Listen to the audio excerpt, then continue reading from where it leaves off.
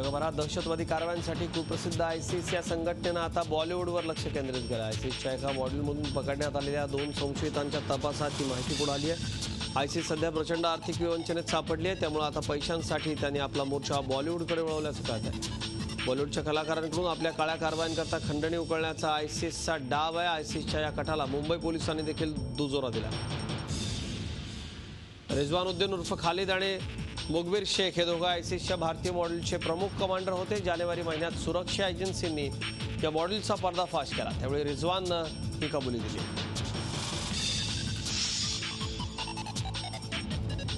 सगळ्या राज्याचा गाडा ज्या इमारतीतून हाकला जातो त्या मंत्रालयातल्या संगणकांवरती व्हायरसचा हल्ला झाला। या हल्ल्यानं मंत्रालयात गेल्या 10 दिवसांपासून इंटरनेटवरचं काम ठप्प आहे, अशी धक्कादायक माहिती पुढे आली आहे। लॉकी रॅन्सम असं मंत्रालयातल्या संगणकांना बाधित करणाऱ्या व्हायरसचं नाव आहे। महसूल आणि सार्वजनिक बांधकाम विभागातल्या 150 संगणकांवरती या व्हायरसचा हल्ला झाला। दरम्यान सगळ्या फाईल्सचा बॅकअप असल्यानं कुठलंही मोठं नुकसान झालेलं नाही, पण इतकी मोठी यंत्रणा चालवताना असे व्हायरस रोखण्याकरता पुरेशी सुरक्षा नाही का असे प्रश्न उपस्थित होतात। खबरदारीचा उपाय म्हणून ईमेल सेवा बंद करण्यात आली आहे। IT विभागामधले तज्ज्ञ सध्या व्हायरस हटवण्याकरता युद्ध पातळीवरती काम करतात।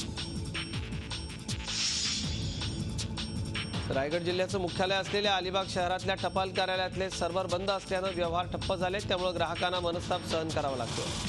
दिवस खर्च करूनही कामं होत नसल्याची ग्राहकांची तक्रार आहे। खात्यात पैशांचा उशिरा भरणा केल्यास दंड भरावा लागतोय तो वेगळाच। ऑनलाईन झाल्यापासून पोस्टाचे व्यवहार कायम लिंक डाऊन असे बोर्ड बघायला मिळतात। इथे लोक येतात, लोकांनी पैसे वेळेवर मिळत नाही, महिला एजंटांचे लॉट भरले जात नाही। 10 वाजता पोस्ट ऑफिसची वेळ चालू झाली की एजंट येतात, बसतात, 3 वाजेपर्यंत वाट बघून लिंक डाऊन बघून परत जातात। प्रत्येकाचा नाहक इथे वेळ वेस्ट होतो। पैसे मिळत नाही, लहान मुलं फेऱ्या मारतो वेळेसाठी आम्ही, आमच्या पैसा मिळत नाही। मान्सून यंदा केरळमध्ये जरी उशिरानं दाखल होणार असला तरी महाराष्ट्रात मात्र यंदा वर्षा ऋतू वेळेवर येईल असं खुलावा वेधशाळेनं आहे। पश्चिम बंगालकडे सरकलेल्या चक्रीवादळामुळे मान्सूनची वाटचाल महाराष्ट्राच्या दिशेनं वेगानं होत असल्याचं पुढे आलंय। नेहमी केरळमध्ये मान्सून 1 जूनला येतो, मात्र यंदा सायक्लोनमुळे मान्सूनला उशीर होणार आहे। तरीही महाराष्ट्रात मान्सून सर्वदूर जाण्यास उशीर होण्याची शक्यता नाही, तसंच मान्सून पुरेसा असेल असंही खुलावा वेधशाळेनं सांगितलं।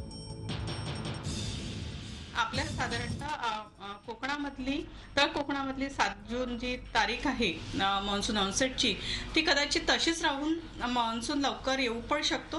थोडासा साधारणतः 1-2 दिवसाचा फरक पडण्याची शक्यता आहे। आणि मुंबईमध्ये तो दाखल होण्याची तारीख 10 जून आहे आणि पूर्ण महाराष्ट्र कव्हर करण्याची तारीख 15 जून आहे। तर सर्वसाधारणतः ह्या ड्युरेशनमध्येच, या दिवसांमध्येच तो कव्हर करण्याची शक्यता जास्त आहे। महाराष्ट्र राज्य माध्यमिक उच्च माध्यमिक शिक्षण मंडळातर्फे यंदा फेब्रुवारी मार्चमध्ये घेण्यात येणाऱ्या 12वीच्या परीक्षेचा निकाल गेल्या वर्षीच्या तुलनेत घटला। यंदा मुलींनी बाजी मारली आहे। राज्यामधल्या 90.50% विद्यार्थिनी उत्तीर्ण झाल्या, तर 86.84% विद्यार्थी उत्तीर्ण झालेत। यंदा राज्यातले 86.60% विद्यार्थी उत्तीर्ण झालेत।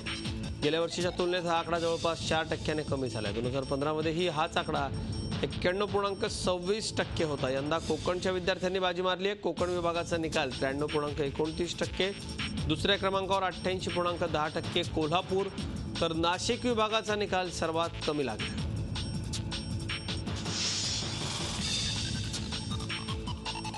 महाराष्ट्र सरकारनं सुप्रीम कोर्टात नीट संदर्भात कॅव्हिएट दाखल केलाय। महाराष्ट्र सरकारची बाजू ऐकल्याशिवाय कोर्टानं निर्णय देऊ नये अशी विनंती यात राज्य सरकारनं केली।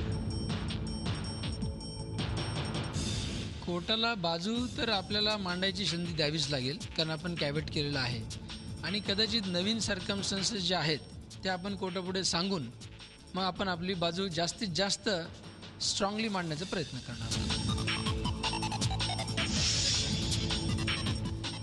शिक्षण घेण्याची इच्छा असूनही कमकुवत आर्थिक परिस्थितीमुळे अनेकांना शिकता येत नाही, अशा विद्यार्थ्यांसाठी मदतीचा हात पुढे केलाय ठाण्यातल्या जितेंद्र बजाज यांनी। त्यांनी donatyourbook.com नावाची वेबसाईट सुरू केली आहे। कुठलंही पुस्तक इथं विनामूल्य उपलब्ध होणार आहे। विशेष म्हणजे या वेबसाईटवरती लोकांना आपल्याकडच्या पुस्तकांची यादी लोड करता येणार आहे। बाह्य पुस्तकांच्या किमतीसुद्धा 60 रुपये 70 रुपये अशा झालेल्या आहेत आणि इतर ग्रॅज्युएशन किंवा त्याच्यापेक्षा पोस्ट ग्रॅज्युएशनची पुस्तकं, इंजिनिअरिंगची पुस्तकं ही अतिशय महाग आहेत आणि अशावेळी त्या प्रत्येक मुलाला ते घेणं परवडतंच अशातला भाग नाही. आणि मला पूर्ण खात्री आहे की ह्या वेबसाईटचा जास्तीत जास्त मुलं फायदा करतील, जास्तीत जास्त लोक आपले घरातले असलेली पुस्तकं त्याच्यावर अपलोड करतील.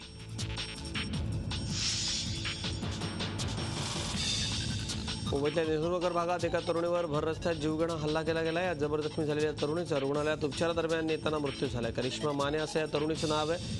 विशेष म्हणजे तरुणीच्या अंगावर सोन्याचा हार आणि हातात महागडा मोबाईल होता. मात्र यापैकी काहीच न चोरता हल्लेखोर हल्ला करून फरार झाले. त्यामुळे एकतर्फी प्रेमातनं ही हत्या झाली आहे का याचा तपास पोलीस करतात.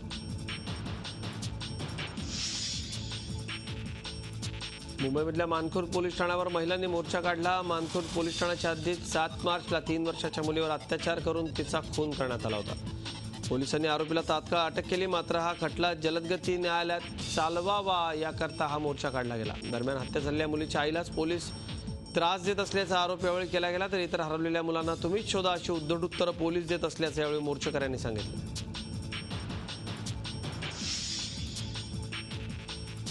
मुंबईमध्ये मंगळवारी रात्री 2 अपघात झाले. या अपघातात 2 जण जखमी झालेत. मुंबईतल्या उच्चभ्रू एपीएमसी रोडवर बेस्ट आणि टॅक्सीची धडक झाली. रात्री 10च्या सुमाराला अपघात झाला. मलबार हिलवरून ब्रिज कँटीच्या दिशेने निघालेल्या टॅक्सीनं अर्जंट ब्रेक मारला. त्यामुळे मागून येणाऱ्या बेस्ट बसनं टॅक्सीला धडक दिली. या टॅक्सीचा चक्काचूर झाला. या प्रकरणी बसच्या चालकाने पोलिसांनी चालकाला ताब्यात घेतलंय. रात्री रिमझिम पावसामुळे वेळेवरती ब्रेक लागला नाही, त्यामुळे अपघात झाल्याचं पुढे येतं. दुसरा अपघात विलेपार्लेतल्या डोमेस्टिक विमानतळासमोरच्या उड्डाणपुलावर झाला. एका भरधाव टेम्पोनं टाटा सुमोला धडक दिली. या अपघातात टेम्पो चालक जखमी झाला. त्याला कोपर रुग्णालयात दाखल करण्यात आलं. कल्याण डोंबिवलीत चेन स्नॅचिंगच्या घटनांमध्ये वाढ होताना दिसते. विशेषतः सकाळच्या सुमाराला एकट्या महिलांना किंवा मुलींना हेरून चेन स्नॅचिंग करणारी टोळी खास करून डोंबिवलीमध्ये कार्यरत आहे. मंगळवारी सकाळच्या सुमाराला एक वृद्ध महिला डोंबिवली पूर्वेतल्या जिमखाना रोडवर मॉर्निंग वॉक करत होती. त्यावेळी त्यांच्या गळ्यातली चेन आणि मंगळसूत्र हिसकावून चोरानं मोटरसायकलवरून धूम ठोकली.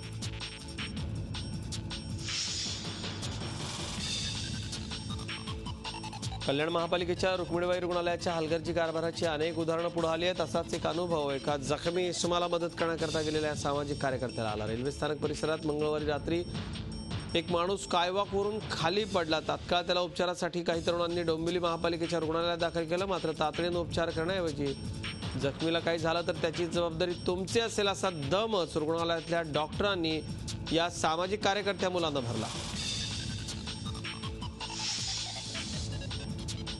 रोड रोमिओ आणि गुंडांच्या छेडछाडीला कंटाळून नागपूरमधल्या एका शाळकरी मुलीनं आत्महत्या केली आहे. तर नराधमाच्या अतिप्रसंगाला विरोध करताना गंभीर जखमी झालेल्या 14 वर्षांच्या मुलीला उजव्या हाताची 2 बोटं गमावी लागली. त्या प्रकरणी सुनावणी जलदगती न्यायालयात घेण्याची सूचना राज्य महिला आयोगानं दिली. त्याचबरोबर यासारख्या प्रकरणात पोलिसांनी जास्त संवेदनशीलता दाखवण्याची गरज असल्याचंही आयोगानं म्हटलं. नागपूरच्या सेंट्रल जेलमध्ये हिमायत बेगनं कैद्यांना मारहाण केली आहे. त्यानं एकूण 2 कैद्यांना मारलं. युग चांडक हत्या प्रकरणातील आरोपी राजेश दवारेला त्यानं मारहाण केली आहे. जेवणावरून हा वाद झाला. भाजी वाढायच्या पळीनं बेगनं राजेश दवारेच्या डोक्यात मारले. या प्रकरणी धंतोली पोलिसात दोघांविरोधात गुन्हा दाखल करण्यात आला. हिमायत बेग हा जर्मन बेकरी बॉम्बस्फोटातला आरोपी आहे.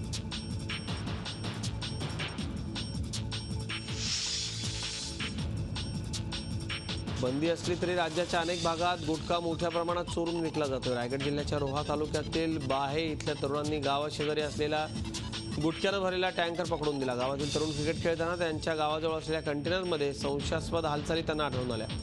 गुटख्याचा वास आल्यानं त्यांचा संशय अधिकच बळावला. 2 तरुणांनी धारेवर धरल्यानंतर त्यांनी कंटेनरमधला गुटखा दाखवला. नंतर ग्रामस्थांनी रोहा पोलिसांना पाचारण केलं. पोलिसांनी कंटेनरची तपासणी केल्यानंतर या 2 तरुणांसह टेम्पो, गुटख्यानं भरलेला कंटेनर आणि एक कार ताब्यात घेण्यात आली.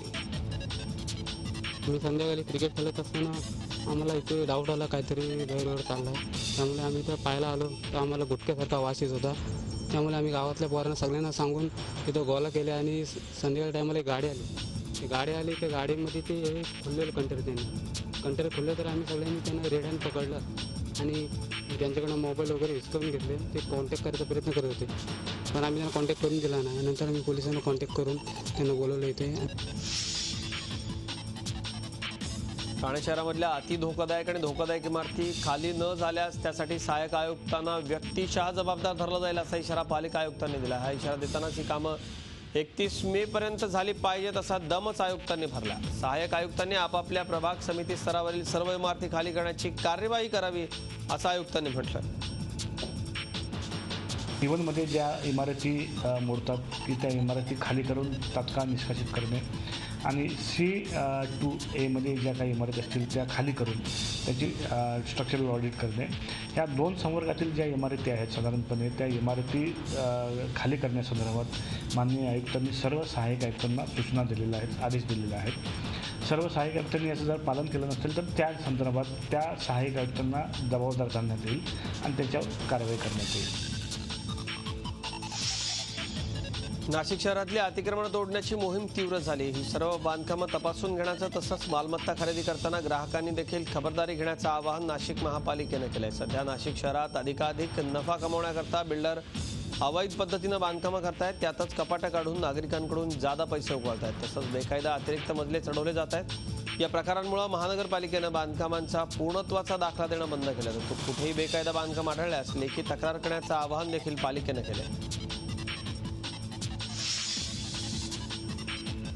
गोंदिया जिल्हा धान उत्पादक जिल्हा म्हणून ओळखला जातो. मात्र याच जिल्ह्यात धान उत्पादक शेतकऱ्यांची सरकारकडून लूट सुरू आहे. सरकारनं निर्धारित केलेल्या कृषी उत्पन्न बाजार समितीत धान इलेक्ट्रॉनिक्स वजन काट्यावरती मोजलं जात नाही. त्याऐवजी इथले संचालक आपल्या मनाप्रमाणे साध्या काट्यानंच धानाची मोजणी करतात. तर धानाची मोजमाप करणारे हमाल एका क्विंटल मागं प्रति कट्टा 1.5 ते 2 किलो काटा मारतात. त्यामुळं दर क्विंटल मागं शेतकऱ्यांची मोठी लूट होती. नैसर्गिक जंगल तोडून अमरावतीत कृत्रिम जंगल तयार होतं. याकरता नैसर्गिक पाणवठ्याजवळ तब्बल 12 एकर जागेवर तारेचं कुंपण घालण्यात आलंय. यामुळं वन्य प्राण्यांचा अधिवास नष्ट होणार असल्याचा आरोप वन्यजीव प्रेमींनी केला. अमरावती शहराला लागून असलेल्या पोहरा मालखेडच्या जंगलामध्ये एक भाग साफ करून त्या ठिकाणी जैवविविधतेचं पार्क तयार करण्याचा घाट सामाजिक वनीकरण विभागानं आखला. या प्रकल्पाला वन्यजीव प्रेमी आणि निसर्गप्रेमींनी विरोध केलाय. विशेष म्हणजे वन कायद्यानुसार जंगल परिसरात फक्त कृत्रिमरित्या रोपांचं रोपण केलं जाऊ शकतं. जंगलात उद्यान करायला परवानगी नसल्याचं माहितीच्या अधिकारात उघडकीला आलंय. फडणवीस सरकार आपल्या जलयुक्त शिवार योजनेच्या कामाचे ढोल चांगलेच बडवतंय. मात्र हेच काम स्वतः करणाऱ्या एका शेतकऱ्याचा छळवाद सरकारी यंत्रणेनं चालवला असल्याचं उघड झालंय. अकोला जिल्ह्यातल्या मूर्तिजापूर तालुक्यामधल्या सांगवी दुर्वाडा गावात संजय तिडके यांनी स्वतःसह इतरही शेतकऱ्यांच्या शेतीला पाणी देण्याकरता शेतात बंधारा बांधला. याकरता त्यांनी स्वतःची 10 एकर शेती विकून 25 लाख खर्च केलेत. मात्र सरकारी यंत्रणा त्यांच्या कामात सतत अडथळा आणतायत. तहसील कचेरीमध्ये सतत चौकशी करता खेटे घालायला लावले जात आहेत. त्यामुळे घाबरलेल्या इतर शेतकऱ्यांनी संजय तिडकेंची साथ सोडली. मात्र तरीही तिडके आपल्या निश्चयावरती ठाम आहेत.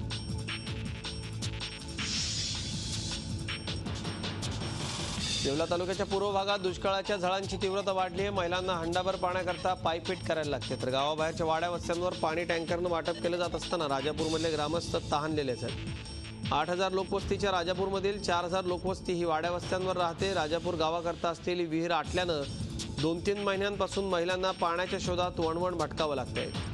गावाचा समावेश पेयजल योजनेत नसल्यानं टँकरही त्या ठिकाणी दिला गेलेला नाही. त्यामुळं डोळ्यादेखत पाण्याचे टँकर दुसरीकडे वाटले जात असल्यानं महिलांमध्ये संताप व्यक्त होतो. येत्या 1 जूनला पंढरपूरमध्ये अर्थमंत्री सुधीर मुनगंटीवार यांच्या पुढाकारानं नमामि चंद्रभागा परिषद घेतली जाणार आहे. या परिषदेला मुख्यमंत्री देवेंद्र फडणवीसांसह प्रशासनाचे संबंधित विभागाचे अधिकारी, जलतज्ञ राजेंद्र सिंह निरी संस्थेचे प्रतिनिधी, जलतज्ञ, पाणी स्वच्छता क्षेत्रातले तज्ज्ञ उपस्थित राहतील. केंद्राच्या नमामि गंगे प्रकल्पाच्या धर्तीवर मुनगंटीवार यांनी नमामि चंद्रभागा प्रकल्पाची घोषणा केली होती. त्याचाच एक भाग म्हणून ही परिषद भरवली जाणार आहे. भीमा नदीच्या उगमस्थानापासून नदीचा राज्यातला प्रवास ज्या भागातून होतो त्या ठिकाणी भीमा नदी स्वच्छतेचं अभियान राबवलं जाणार आहे. नमामि चंद्रभागा आपल्याला निर्मळ करण्याच्या दृष्टिकोनातून आम्ही निर्णय केला. मी स्वतः पंढरपूर जाऊन आलो. माननीय आमचे मंत्री बबनराव लोणीकर गेले. मी 48.5 कोटीच्या STPला ताबडतोब मान्यता दिली. या जुलैमध्ये मी साधारणतः त्याला लागणारी जी काय आवश्यक निधी आहे तो देतो आहे. आणि पहिलं काम पंढरपूरमध्ये फेज 3चं STP करतो, ज्या माध्यमातून वर्षभर कितीही सांडपाणी झालं तरी चंद्रभागेमध्ये ही प्रक्रिया करूनच जाईल. वेगवेगळ्या ब्रँडेड ब्रेडमध्ये घातक रसायनांचा वापर होत असल्याचं एका अहवालात समोर आलंय. मात्र या अहवालानं ब्रेड विक्रीवर फारसा परिणाम झालेला दिसत नाही.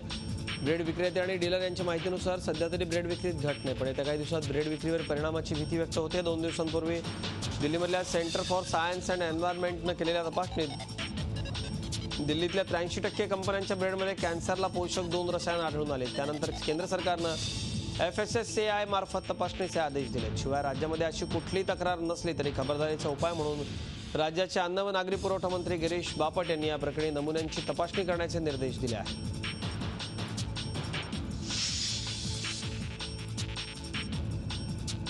रेशमी महावस्त्र म्हणून प्रसिद्ध असलेली येवल्यातली पैठणी आता जगातल्या सगळ्यात मोठ्या आणि जुन्या अशा eBay इंडिया या ऑनलाईन कंपनीद्वारे आंतरराष्ट्रीय बाजारपेठेत विकली जाणार आहे. भारतासह सुमारे 39 देशातले ग्राहक आता घर बसल्या येवला पैठणीची खरेदी करू शकणार आहेत. ऑनलाईन विक्री करता नोंदणी कशी करावी या विक्री संदर्भात विविध प्रक्रियेबाबत eBay कंपनीकडून विणकरांना विशेष प्रशिक्षण दिलं गेलं. त्यामुळे विणकरांना चांगलाच आर्थिक लाभ मिळणार आहे.